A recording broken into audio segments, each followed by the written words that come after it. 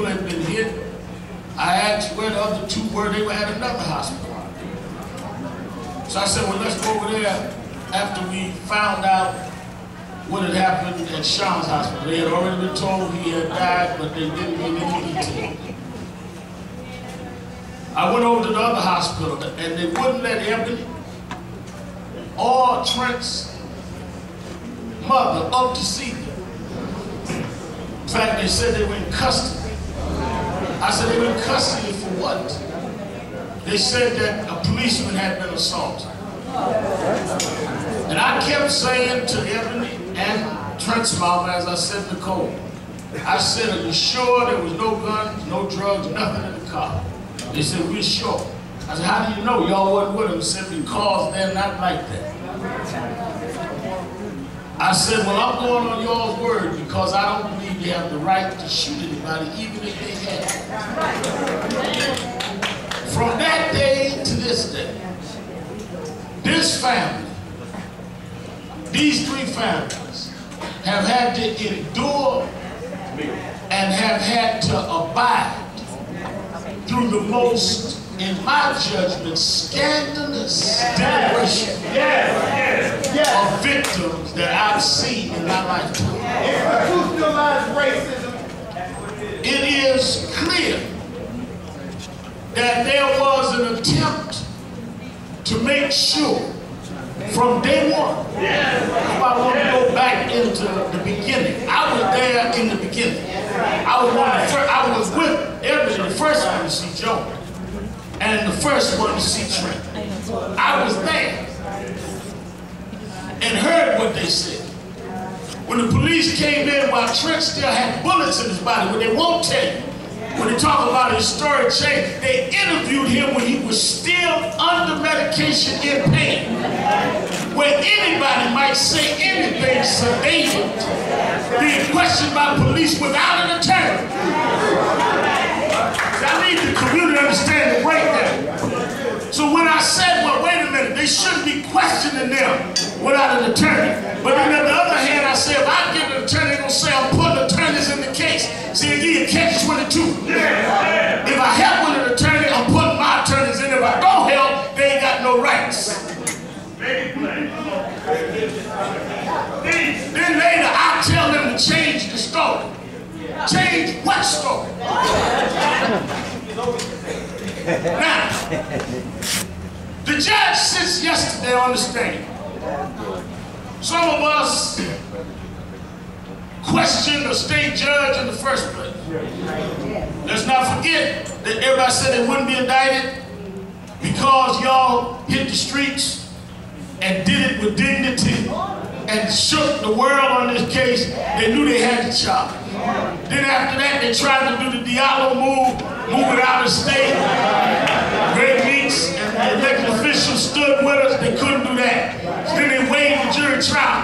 First thing is, one of the things we got to deal with, Congressman Meeks, if people are on public payroll, doing their public duty, they should be required to face a public jury.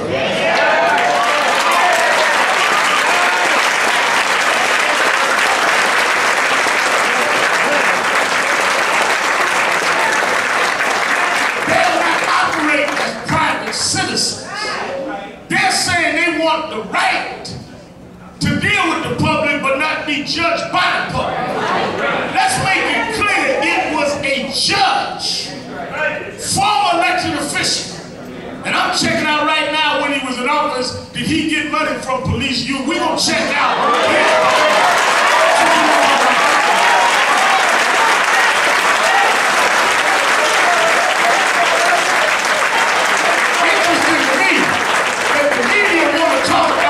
Joe and Trent's background, let's look at Cooperman's background.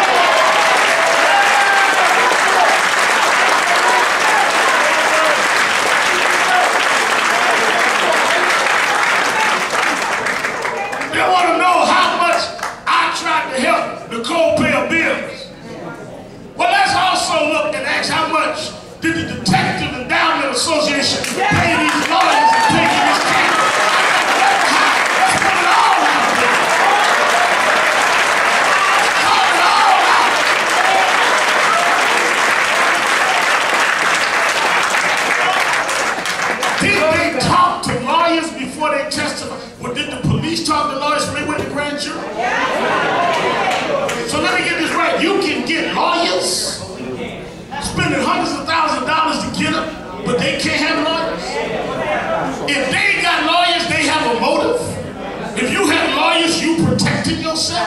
The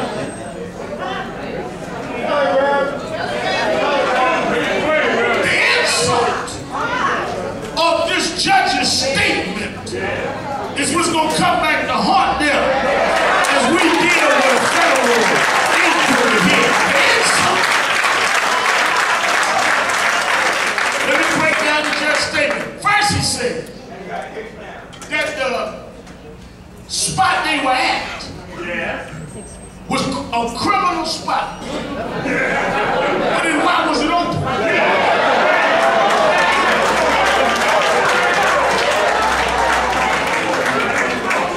Last time I looked, Sean Bell, Joe Guzman, Trent Beneville wasn't the police commissioner. If it was open, how were they to know it was a criminal spot? Well, you ought to know that strip place is criminal. Well, you got strip places all around the west side of Manhattan. And the east side of Manhattan. Some of your richest businessmen go in the strip club and you don't sit outside following them down the block with your guns on.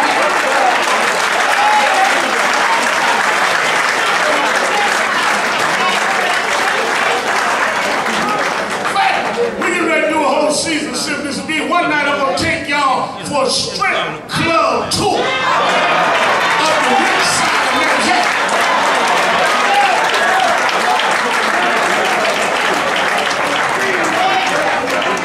No, we need to take the press one night. We need to just cover a few joints. You might be surprised when you see them in there.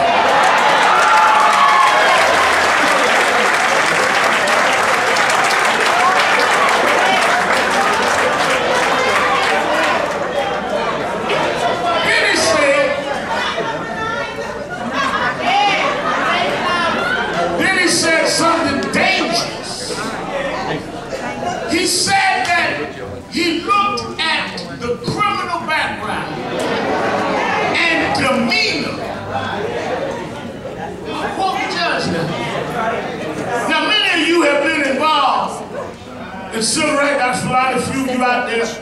Usually, the judge tells a jury, you cannot hold someone's criminal background or demeanor against them.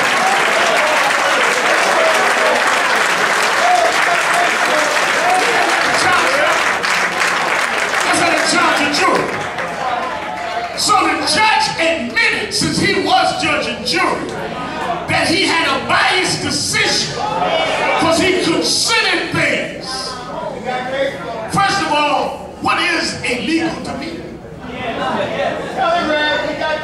Let me break it down. Yesterday, right here at the House of Justice, I did my radio show from here. A man got up and said, my son just got back from Iraq. He was outraged at the verdict. I said, is he here? He said, yeah. His son came up. His son looked just like and had the same demeanor as Trent Beneville.